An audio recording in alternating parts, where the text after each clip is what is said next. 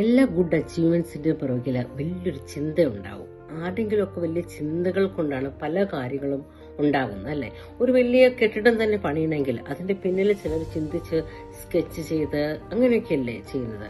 എല്ലാ കാര്യങ്ങളും അങ്ങനെ തന്നെയാണ്. നമ്മളിപ്പം എക്സാമ്പിൾ എവിടെയെങ്കിലും പോകണമെങ്കിൽ നമ്മൾ പ്ലാൻ ചെയ്യും ഹെഡായിട്ട്, അതിനെക്കുറിച്ച് ചിന്തിക്കും. ഇപ്പം നമ്മുടെ വീട്ടിൽ നമ്മൾ കുക്ക് ചെയ്യണമെങ്കിൽ ഒരു ചിക്കൻ കറി തന്നെ നമുക്ക് പല രീതിയിൽ ഉണ്ടാക്കാമല്ലോ. എങ്ങനെ ചെയ്യണം, ഏത് രീതിയിൽ ചെയ്യണം, നമ്മൾ ചിന്തിക്കുന്നതാണ്. ഏത് ചിന്തകളും ആണ് ഒരു നല്ല ആക്ഷനെ ആയിത്തീരുന്നത്. നമ്മുടെ മനസ്സെന്ന് പറയുന്നത് ഒരു കൃഷിഭൂമിയാണെന്നാണ് പറയുന്നത്.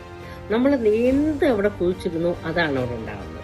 ഫോർ എക്സാമ്പിൾ ഇപ്പോഴാണെങ്കിൽ എനിക്ക് ഈ ഗാർഡൻ ഭയങ്കര ഇഷ്ടമായിട്ട് ഇപ്പോൾ ഈ സമ്മർ സീസണിൽ ഞാൻ നല്ല ഫ്ലവർ ഉള്ള ചെടികൾ നല്ല കുഴിച്ചു വെക്കാനായിട്ട് ശ്രമിക്കും. കാരണം അപ്പം നല്ല പൂക്കളുണ്ട്, അതുണ്ടാകുമല്ലോ എന്ന് പറഞ്ഞ പോലെ തന്നെ ഇപ്പം ഞാനത് മൈൻഡ് ചെയ്തില്ല, അത് ലെറ്റ് ഗോ ചെയ്താൽ അതിൻ്റെ അകത്ത് ചിലപ്പം അഴുക്ക് ചെടിയും ഈ പറയുന്ന വീഡ്സ് ഒക്കെ ഉണ്ടാകും.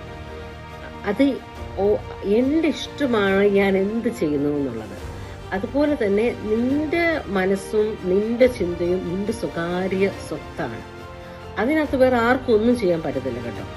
നീയാണതിൽ തീരുമാനിക്കുന്നത് എന്തെടുക്കണം എന്തെടുക്കണ്ടാണ്.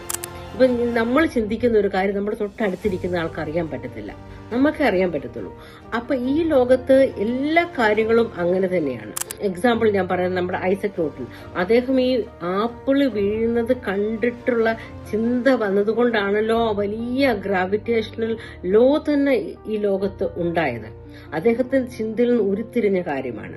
അപ്പം നമ്മുടെ ചിന്തകളെ നമുക്ക് ഇറ്റ് ഷേപ്സ് യുവർ ഫ്യൂച്ചർ എന്നാണ് പറയുന്നത്. നമ്മുടെ ചിന്തകൾ നമ്മളെപ്പോഴും നെഗറ്റീവ് ചിന്തിച്ചുകൊണ്ടിരുന്നാല് അത് നെഗറ്റീവായിട്ട് മാറും. നമ്മളൊരു 10 പ്രാവശ്യം മനസ്സ് ചിന്തിച്ച് ലൈക്ക് എന്നെ കൊണ്ട് പറ്റത്തില്ല, എനിക്ക് വേദനയാണ്, എന്നെ കൊണ്ട് നടക്കത്തില്ല, അത് എന്നെ കൊണ്ട് അവിടെ വരെ എത്തത്തില്ല, അത് ശരിയാകത്തില്ല, എനിക്ക് അങ്ങനെ സംസാരിക്കാൻ പറ്റത്തില്ല, അങ്ങനെ നീ കുറേ പ്രാവശ്യം പറഞ്ഞ് നിന്നെ കൊണ്ട് നടക്കത്തില്ല.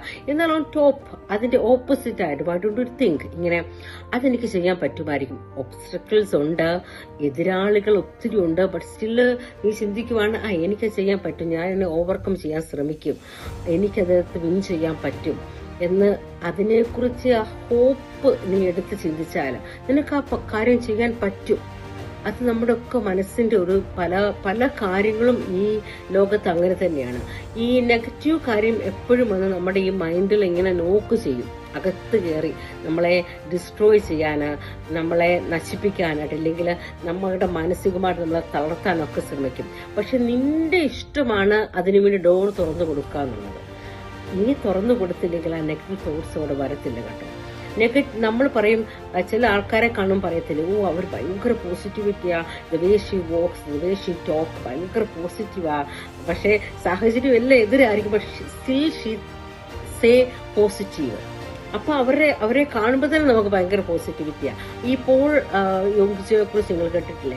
അദ്ദേഹത്തിന്റെ ലൈഫിൽ എല്ലാം ഇല്ലാതിരുന്ന സമയത്ത് തന്നെ അദ്ദേഹം സ്വപ്നം കണ്ടു എന്നാണ് പറയുന്നത്, എല്ലാം ഉണ്ടാകുന്നതായിട്ട്. ഒരു 4th ഡയമെൻഷനെ പോലെ അദ്ദേഹത്തിന്റെ ചിന്തകൾക്ക് രൂപം നൽകി.